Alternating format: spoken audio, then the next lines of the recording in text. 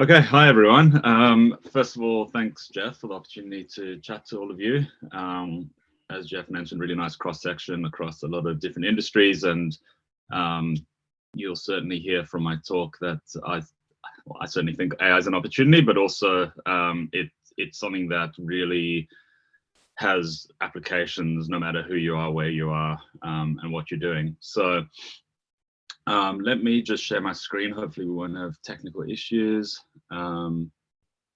Very simple title. Generally when I give a talk, I tend to, it's obviously a funny format, but compared to, giving a live talk, but I do encourage as much kind of interactivity as possible. Obviously I haven't met all of you, and there's a range of different questions and interests in the room. So please just jump in, raise your hand, or however you like to do it while I'm talking, and ask questions, because I've got a high level presentation here, but you can really dive into any of this quite deeply if needed. All right, so just a brief agenda. I'll give a quick introduction about Verge Labs, who we are, and what we do. Then I've got a brief, high level, what is AI, define some terms, and just help you understand a little bit how to navigate what is really a buzzword at this stage, and what it actually means when people are talking about it. I've got quite a lot of different AI use cases, which I'll go through, as well as some quite interesting little demos. And then finally, I'll go through, how we see that is a good way for businesses to get value from AI. But again, if there's anything else that you would like me to cover, just jump in. Okay, so who are we, Verge Labs? We're a small business. We've been going for almost 5 years now.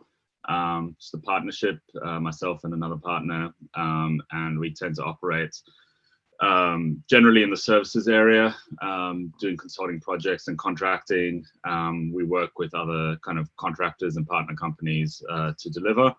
And yeah, as I say, we've been going for a few years, had quite a bit of success, but really what we focus on, and the key need that we're solving, is really getting businesses started with AI, and doing a lot of the kind of strategy around what it looks like, as well as a lot of proof of concepts and kind of enabling that function. All right, so what is AI?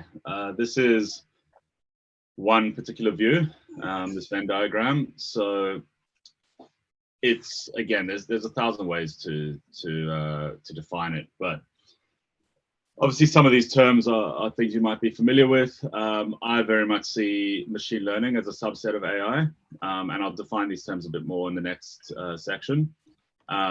There's overlap with computer vision and machine learning also within AI, things like biometrics and robotics. We've probably all seen the AI movie or heard about it. It's all about robots.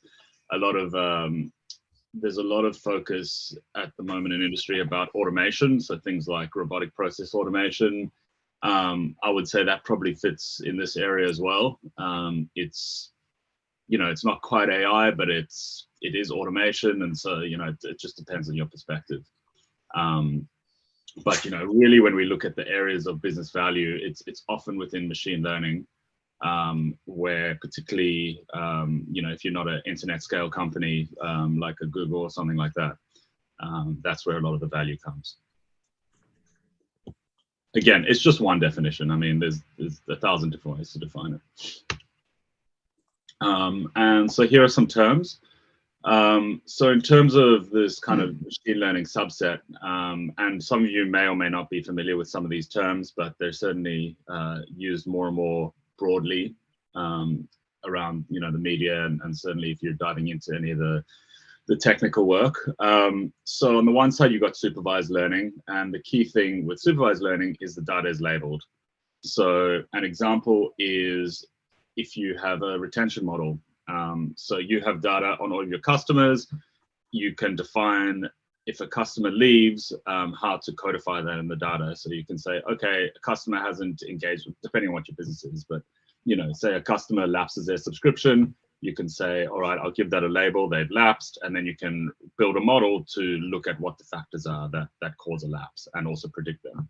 So that's supervised learning. Again, a lot of the, certainly to date, a lot of the business value has come within this subsection. So you have data, you've got it labeled, and then you just try to build something that can pattern match to do that going forward. You can split that into classification. So classification, will they leave or won't they? It's a binary outcome. Or it can be more than binary, but the idea is it's just a finite number of outcomes, and you can classify based on that. And then you got regression, which is more around a continuous output being a number. So try to figure out what the demand percentage is, or what the amount, say in insurance, what a liability amount should be held, things like that, what a claim amount might be. On the other side, we have unsupervised learning. Now this is kind of more the science fiction side of things. Like if you think of what you see in movies and things, the AI, the robot, the actual like human level intelligence, which is starting to make inferrals based on just seeing the world and observing the world. The idea is you don't have labeled data, so you just have the data as it is, and then you start to then pull patterns out of it without kind of informing it what the pattern should be. One example is clustering. So splitting your data into groups. A good example is targeted marketing. So segmentation. So say you have a product and you want to market to say old males who live near the beach versus young families. So that you can pull those sections apart in your data automatically using something like clustering. Association, lots of different examples of this. So it's got recommendation. Probably all of you are familiar with Netflix. You click on a movie and it knows then, okay, this person likes this type of movie, let's show them something similar. In a sense, that's semi-supervised learning, but let's not get bogged down in the details. And then dimensionality reduction is things like, big data visualization is a good example. You have a bar chart.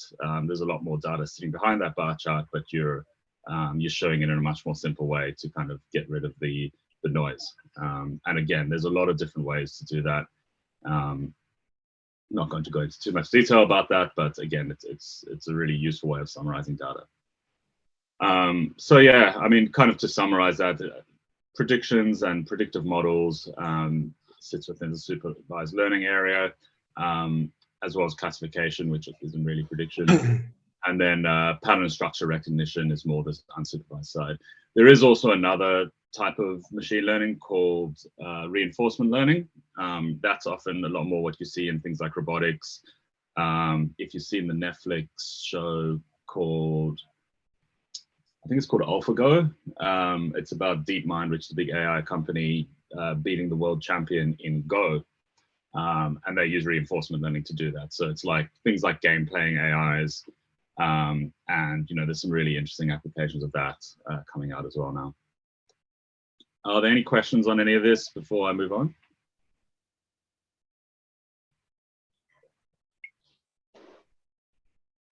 All right. Well, just jump in. I've got one, Anthony. Where does Web3 fall into this this particular explanation? It doesn't. So Web3 is a separate technology. So in that there are a lot of similarities. So I'm certainly not saying that it's not not related, but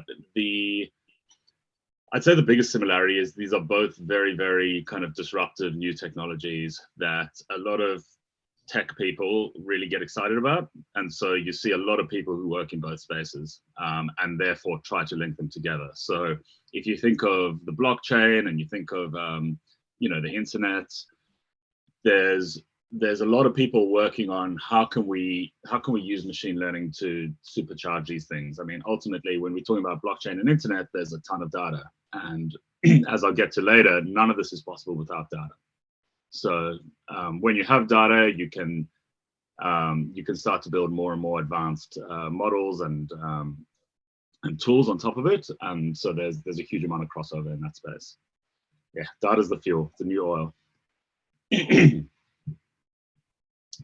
All right. So another thing you may have heard of is deep learning. Who would you like to call? So machine learning is what I've just talked through. And if I go back to my Venn diagram, deep learning is a subset of machine learning. So it's not on this one, but just so you're aware. So in machine learning, what you'll get is your input, then you do this process called feature extraction, then you run your model, and then you get your output. And what is key here is this is where most of your time is spent with using machine learning. So this is where you take the data, you transform it, you create what you call kind of predictive features. I mean, mainly it's like SQL, just data manipulation, but this is certainly where you get I guess you separate the wheat from the chaff. This is where, you know, the top people are making a big difference because they're very good at this stage. The models, which are more complex, are generally they're off the shelf. So people are really good at tuning these models. They tend to get less benefit than the people who are really good at manipulating the data. But the key reason I wanted to show you this slide is, you know, if you want to kick off a machine learning project, this is a key part of it. And this is something you need to spend time on. Deep learning sounds a bit too good to be true, and in a lot of cases it is, but you don't have to do feature extraction. You have these incredibly complex models, and I heard someone, I think it was Mohammed, talking about having worked with neural networks in the past.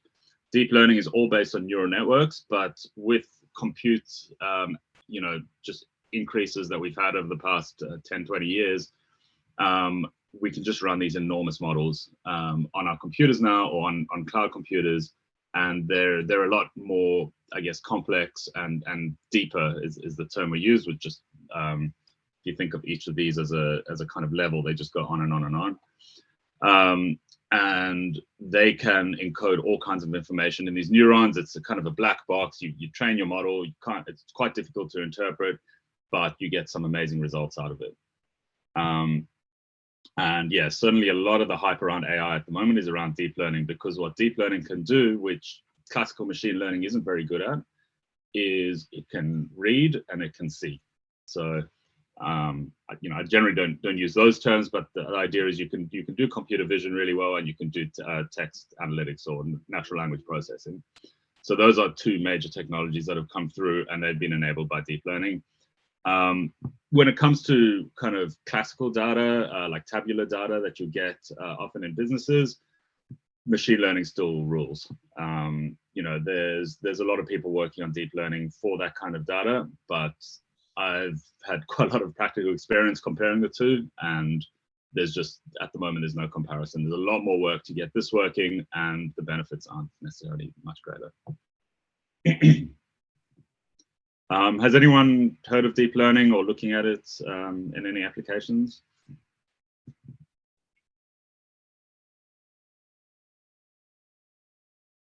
Is this all new?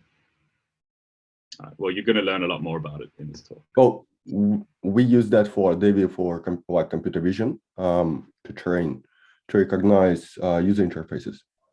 Yeah, awesome. And I mean, what's really happened over the last 10 years? I mean, when I did a master's in 2014, and this wasn't covered in my master's. So it was a master's science in analytics. We learned across everything in data science. Deep learning really only started to become a widely used term around 2012, and still was too kind of nascent to teach it to master's students. Now it is ubiquitous. So what that has meant is companies like your big cloud companies, Google, AWS, Microsoft, they offer deep learning kind of out the box in a sense. So you might still have to do some fine tuning on your model, and I could talk about that, but really you can pull a model off the internet or off the cloud and apply it to your data, and you're going to get some pretty great results straight off the bat.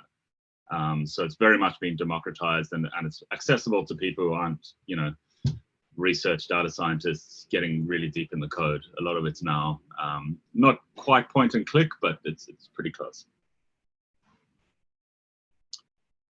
All right, so I mean, this is really where I think the bulk of the talk is, which is around use cases. So very, very high level, although you can see there's a bit of detail here. These are all over the internet, what are some of the use cases of artificial intelligence across industries? So really have a look at this, pick your industry, and, some of this you might be familiar with, others you might not. But as I said, there's just so much potential and so many uses across just about everything.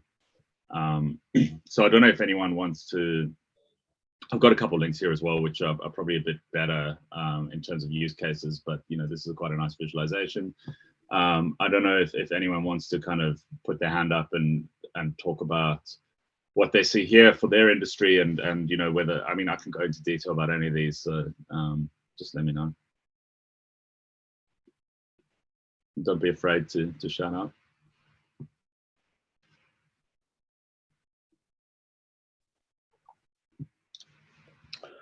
Well, I could say just briefly, Anthony, that as far as marketing is concerned, Google and Meta have both deployed significant machine learning resources to helping us target accurately. Yeah. As you all know, everybody's news feed, everything we see on the net these days is unique to us, and the choices as to what that content is made by machine learning, and it's becoming more and more ubiquitous. Just as a quick, I think people might find this interesting. A few months ago, Google upset its entire Google Ads community by launching a new campaign type, which they're calling PMax. And why it upset everybody is that it's basically handed over the bulk of what practitioners have been doing to the machine. So a lot of the choices that and decisions that we've been used to making in the past, certainly someone like me who's been around for a long time, and that to hand that over entirely to the machine. So no longer just simply finding the right audience, but actually finding the medium, finding the construction, literally almost everything that we do. And it's based around audience signals. So it's transformed marketing 180 degrees in the last just few years, and this is only the beginning. Yes, and it's getting smarter. So I think there's actually a lot of frustration still with people who say I click on an ad. I've got a young son, so say I click on an ad for nappies or something, and it's going to follow me around the internet after I've bought some nappies, and it's like, oh, I've already bought it. I think a lot of that is still getting a lot smarter, and that is all, as you say, machine learning and AI. Yeah, and it's very much Anthony, that kind of poor retargeting is, in my opinion, more human error than machine error. Yes, that's right. That's right. Someone set up a rule badly. Yeah. Exactly. So, previously what's been done is what we call business rules engines, so like if-then statements, and it's just not as powerful as what you can get when but it's, they talk about machine learning and AI as like an idiot savant. That's a term that's been used. It's like, it's just pattern matching, but you get in what you get out what you put in. So if you have good data, and the internet companies, they've just got so much great data that they have obviously spent, their whole companies are about getting it in the right format, getting it in the right uses and all that. And social networks are a great example. Things like newsfeed personalization, and obviously, I'm sure you're all have heard the Cambridge Analytica story about how they used political ads, targeting, and all that kind of stuff. It's all being done. It's all very powerful. In a sense, it's very unregulated and very hard to control. And Jeff's point on the threat, I think there's definitely threats to things like democracy and world peace and all that, because of I guess the polarization that social media news feeds and things have caused. And that is, it's not because the people at Facebook are going, oh, we want to, I mean, maybe a little bit, but I think they like to sow a bit of discord maybe because it improves engagement. But it's not like a developer there is saying, I want to promote Russian targeted ads and to screw up American democracy. It's very much, I've built this machine with this particular objective, and this is what's come out. And so you have the objective, but you don't see the side effects. And currently there's a huge kind of counter movement called, I guess you call it AI ethics, which is, it's a funny one because it's obviously meta. It's like it's something that describes AI, but it's almost bigger than AI itself now. There's a huge amount of people in the AI ethics space, which generally is a good thing. They want to make sure that these models aren't doing harm, and trying, because they're such complicated black box models, trying to ensure that they're properly regulated, and these checks and things can actually be made before they're deployed at scale. So anyway, maybe less an applicable point, but something kind of interesting artifact of what AI is doing in the world at the moment. But yeah, look, again, I mean, looking across these use cases, and I mean, we're a broad consulting business. We work across so many of these different ones. We've done a lot of work in insurance, for example. I used to be an actuary. So things like risk identification, personalized pricing. I mean, there's a lot more that you can do as well. I mean, even when it comes to traditional actuarial work like modeling liabilities, things like using computer vision. So I've got a friend who has a company that looks at cars that have been, after you hire a car, takes a photo before, takes a photo afterwards, checks if there's any damage. That's all done automatically. Things like natural language processing. So a lot of the times when you make a claim, there's a whole lot of text that goes with that. Traditionally, really, I mean, claims managers, they'll have a way of treating that, but generally it's, claims managers are people, and there's a lot of them, and so it's not uniform, and it's harder to kind of control and have insight over. A lot of that can now be automated in a sense by analyzing that text. So again, huge amounts of benefit that you can get, which helps you to kind of do things like triage claims. But yeah, I mean, there's so much happening. In any of these spaces, this is a very, very, very high level.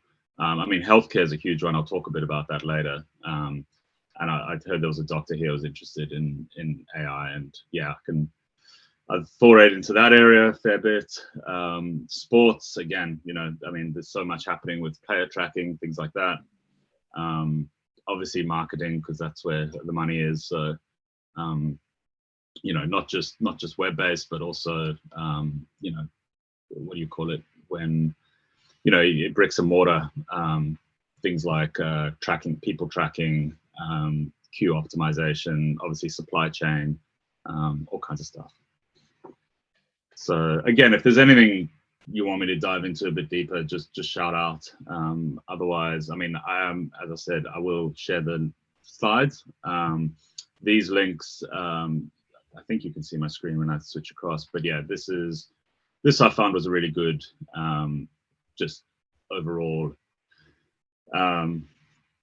group of applications. Obviously it's not comprehensive, but again, you can look in your industry, something like accounting, and here's a whole lot of different links to things that actually are, here's an example of something like looking at the life of assets. And yeah, in this case it's code, but it's kind of telling you how you might go about doing some analysis to estimate how long assets will last. So and I'm sure there's more information if you dive in a bit more.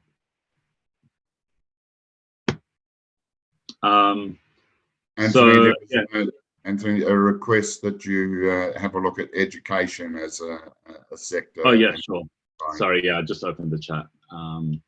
Yeah, so education's an interesting one. I must say I haven't, that's one area I haven't spent a lot of time in my career looking at, although I have done a lot of teaching, so you do tend to think about these things. Adaptive learning is a clear one. So, you know, particularly when you're looking at web-based courses, things like Coursera, Khan Academy, you know, obviously, particularly with lockdowns and all that, it's become more and more prevalent. Things like self-guided learning becomes, you know, becomes more possible. And obviously what adaptive learning does is when you know, you say you answer a maths question, just for argument's sake, and you get it right, it might give you a harder question. And then you keep getting it right, it gets harder and harder. So that way you can, you know, try to tune what you're teaching to the student. And obviously, say you get a question wrong, it can then point you to resources to learn more about that topic. So, I mean, that's a basic one, and it can get really, really complex, but obviously, you know, I think given, you know, we're all been through school and all that, and, you know, probably have some frustrations about how, you know, how everything's kind of taught at a particular level, and obviously some students are ahead and aren't getting what they need, others are behind, they're not getting what they need. This is something that can kind of be a bit more personalized. And personalization is something that's, you know, very, very much a kind of broad application of AI. You see it across so many industries. Things like, obviously, targeted marketing is a good example. I was working a few years back on the Woolworths personalization engine. So they were, through their kind of emails that they were sending out, they were saying, oh yeah, you bought this, you probably would like this. So, and again, that kind of whole Netflix recommendation approach. What else do we have in education? I mean, there's a huge amount which is still emerging. I mean, the amount of progress that's happened within text analytics over the last even 2-3 years has been completely game changing. And I'll show you some of this later, but you can put documents through a computer and it can give you really, really good output. So, you know, automated grading is something that you can do. I mean, you know, using things like optical character recognition, you know, if you're talking about pen and paper, you can pull that information out almost perfectly, and then you can process it. And, you know, it's still not as good as an expert teacher, but when you're talking about lots and lots of, you know, broad, you know, huge tests or anything like that, or where you need a lot of people, it gives you consistency, and it gets better with time because you can train it. Plagiarism check is another good one where, you know, it can search for any kind of subset of your documents, or like a phrase or a quote, and it can look it up, you know, Google it quite quickly and check that that's okay. I think one thing it's not purely education, but you know, it's more things like creative writing, but there's a huge amount happening now. I'll actually show you something very quickly, which I think is really interesting, which has just came out. We had the idea years ago, but it wasn't possible yet. But this is, and there's a few other sites like this now. It writes for you. I mean, it's pretty much the deal. So sorry, it's loading a bit slowly, but it's all videos. But yeah, pretty much what happens is you can put in dot points or bullet points, or you can put in a similar document, and it's going to write brand new content for you, which is nuts, obviously. What it also does is it cross-references Grammarly, you know, which is, it can give you, you know, check your grammar and spelling, obviously. And you can just kind of click refresh and it's going to give you a whole new output. And, you know, these are quite long documents it can do, and it's all possible right now. So, yeah, unfortunately, this website doesn't show you examples without looking at the video, which we're not going to do. But yeah, it's pretty, like, I'm telling you, it's possible now. So it's a kind of thing that I think is particularly interesting for small businesses. I've just been working on our website for the last few months and trying to come up with content, and this can help. I mean, it can really help, as well as things like blog posts and newsletters.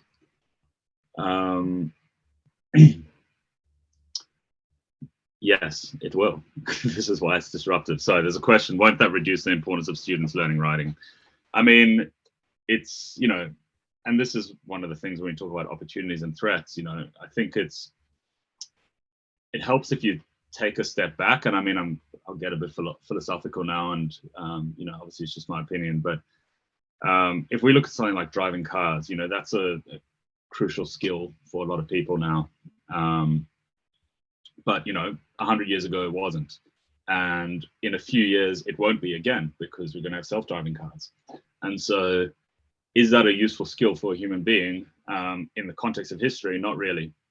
Now, reading and writing is obviously a bit closer to our core, and also helps us think and philosophize and whatever else. You know, and it's certainly, I don't think it's going to get consigned to the scrap heap of history, obviously, but even just look at what, you know, our iPhones and things have done in the last 20 years. You know, the way that people write has, and, you know, we can certainly say it's gotten worse, but it's changed. You know, people are using emojis, they're using shortened words, they're using different ways of kind of communicating, abbreviations and things. So it changes, and, you know, it's going to change whether or not we like it. And I think, yeah, it's, you know, it does, there are issues, obviously. You know, it makes things more uniform. You know, these AIs are built on previous text. So thanks, Jeff.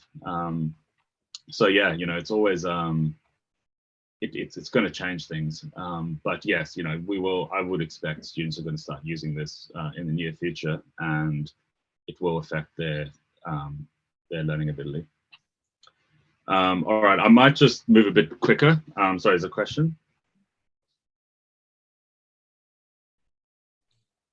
Hi, thanks, Anthony.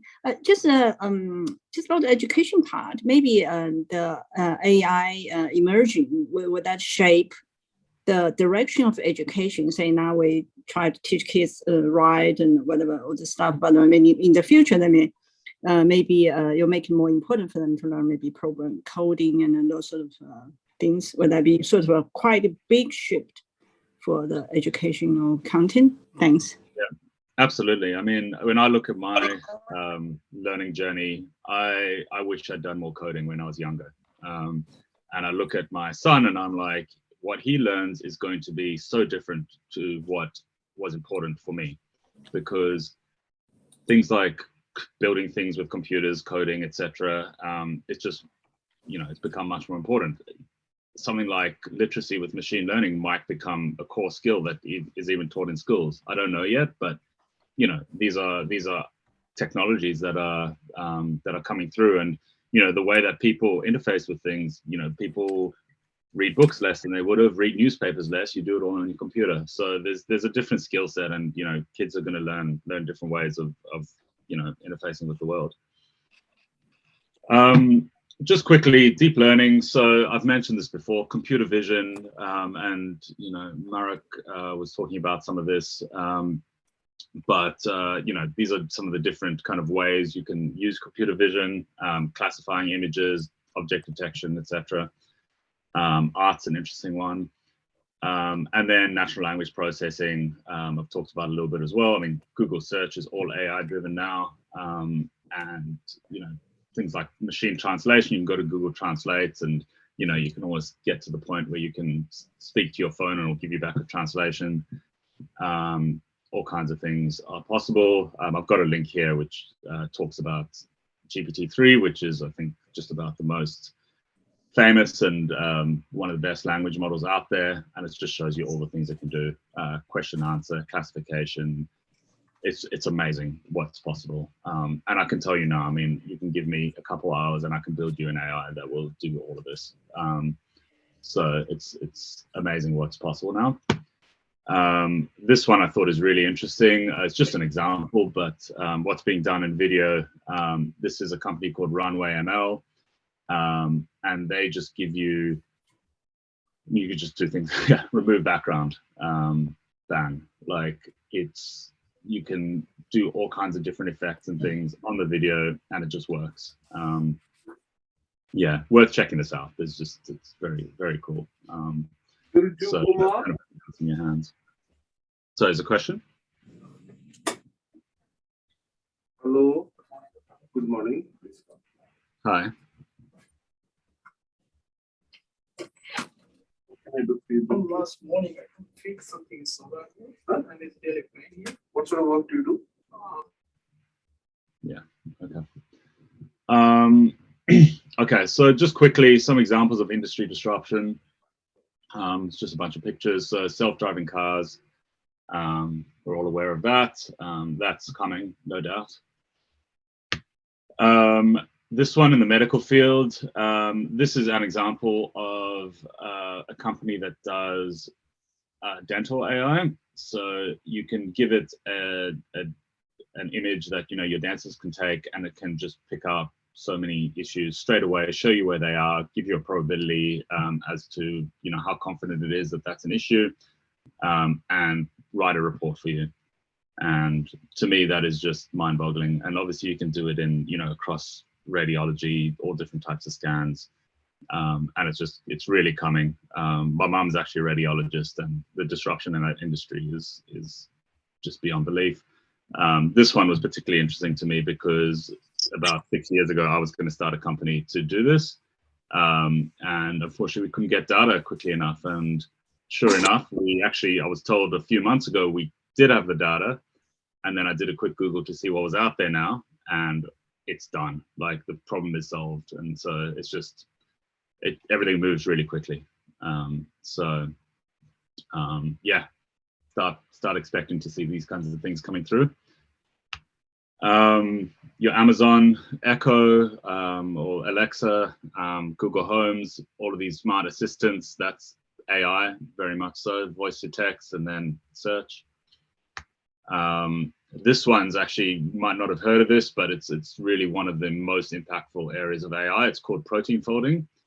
And pretty much it's allowing these huge neural networks to take a protein, I guess the details of the amino acids, and then show how it will fold. And I know nothing about biology, so I can't really tell you more than that, but apparently it is just opening up so many new areas for research in science and medicine. So it's really been quite a sea change, apparently. Amazon Fresh, so you just walk up, you go shopping, and then you walk out. And you don't stop at the till, you don't pay, it all just happens automatically. This is more of a concept from Amazon, but it is out there in the real world, and we might see more of it. This one is image generation from text. So I think that the input for this was an avocado-shaped chair, and it just came out with all of these options. I was going to do a demo because I've actually got access to this model, and it's amazing. You can write literally anything you can come up with, and it will come out with really, really realistic looking, real world examples of that thing, even if they don't exist. And that, again, it's just fundamentally changes the way that we can even look at things like art and creativity and marketing, everything. It's really, you need to, it's not as clear as this is the business application, but it's not so hard to make the leap as to where you might apply this. So this to me is, it's a whole new, it's all machine learning, it's all the same stuff, but it's just the creativity to come up with this it's amazing. And yeah, I mean, I'm actually writing a blog post at the moment where I've used this to illustrate a short story that I like. And so I've just typed in some of the things from the short story and given it a style, and it's just given me exactly what I was reading. And, I think that's interesting. This is Nearmap. They're an Australian company who do low aerial photography, and they've got AI. Are these subscription-based sites? They are. I've actually just got access to the beta release, so it's just for research purposes. But we're going to see it come out. So you'll start to be able to rent these models from cloud providers, Google, etc. It's definitely going to be more democratized soon. There's just ethical issues at the moment. People don't want to release these models because they can be used to, do things like deep fakes, create people's likenesses and stuff like that. And obviously fool people. Just on this one, this is what's called semantic segmentation. It's just showing the yellow are roads, the greens are probably gardens, things like swimming pools you can pick up, solar panels, just by running these AI models over these maps. And you can, once you've built the model, you can run it over all the maps everywhere. So you can start to do really interesting work. Like I've got a friend who's running the team there, and he has looked at tree cover across Australian cities, and then used that input into councils. So yeah. So quickly, I realize I'm getting towards time. So let me just push through the last few slides, and then we can have some questions. I've said this already. You get started with data. That's, there's no other way about it, really. For some of the text and image stuff, you can get away without data to do some basic stuff. But really, what's going to be most useful for your business is using your business's data. And this diagram shows the kind of journey that you go through. So you start off with what happened, look at the data, summarize it, start to look at root cause, why it happened, start to come up with some hypotheses, and then you start getting into machine learning and predictive analytics, so classification, prediction, and then actually automation. So that's kind of the maturity cycle that we see companies go through. There's very few who are up here, but again, they're all on that journey, and you start here, dashboards, things like that. In terms of how to go about these projects, you start with the problem. You don't want to do AI for AI's sake. It's very much something where I've got a problem to solve. Is AI the right tool? How do we then go about building that out? And what benefit are we going to get by using AI over something more straightforward, like a rules engine or something else. These are some of the approaches that we have for going about these projects. So the key thing really is you start off with your understanding of what you actually want to do. Check that the data is feasible for purpose, and that it's possible to do. And then you go through this kind of loop of modeling the data, trying to really fail fast and not spend too long iterating. And then finally, just some key points. So, AI, I've always said it's easy to sell, hard to deliver. My computer can read, my computer can see. It sounds great. But what's really important is if you can't really understand it from first, you don't have to go into code or the model or anything, but it should make sense to you when it's explained. It should, you should be able to ask, well, how does this work? And it should be something that you can understand. Stop thinking, start doing. As I say, I think it's an opportunity, and there's use cases across all different business areas. So it's good to get started. And yeah, as I say, spot the need. So understand the problem, think about what you want to actually solve and whether AI can help you. And as I say, fail fast, because you don't know what you're going to get with AI. With things like software engineering or a lot of other business functions, you know what you're going to get, and then you go and you build it. Whereas with AI, it kind of depends on your data, and so you're only going to find out that benefit once you've built it. So what you want to do is build something simple, see if there's any benefit, and then make it more and more complex and better once you can start squeezing that benefit. You don't want to go off and build some huge project and then find that it doesn't give you any value. So that's generally the way we approach it. And yeah, that's my talk. Obviously, we're available always to help businesses get started with AI, and also just for any kind of casual chat or advice.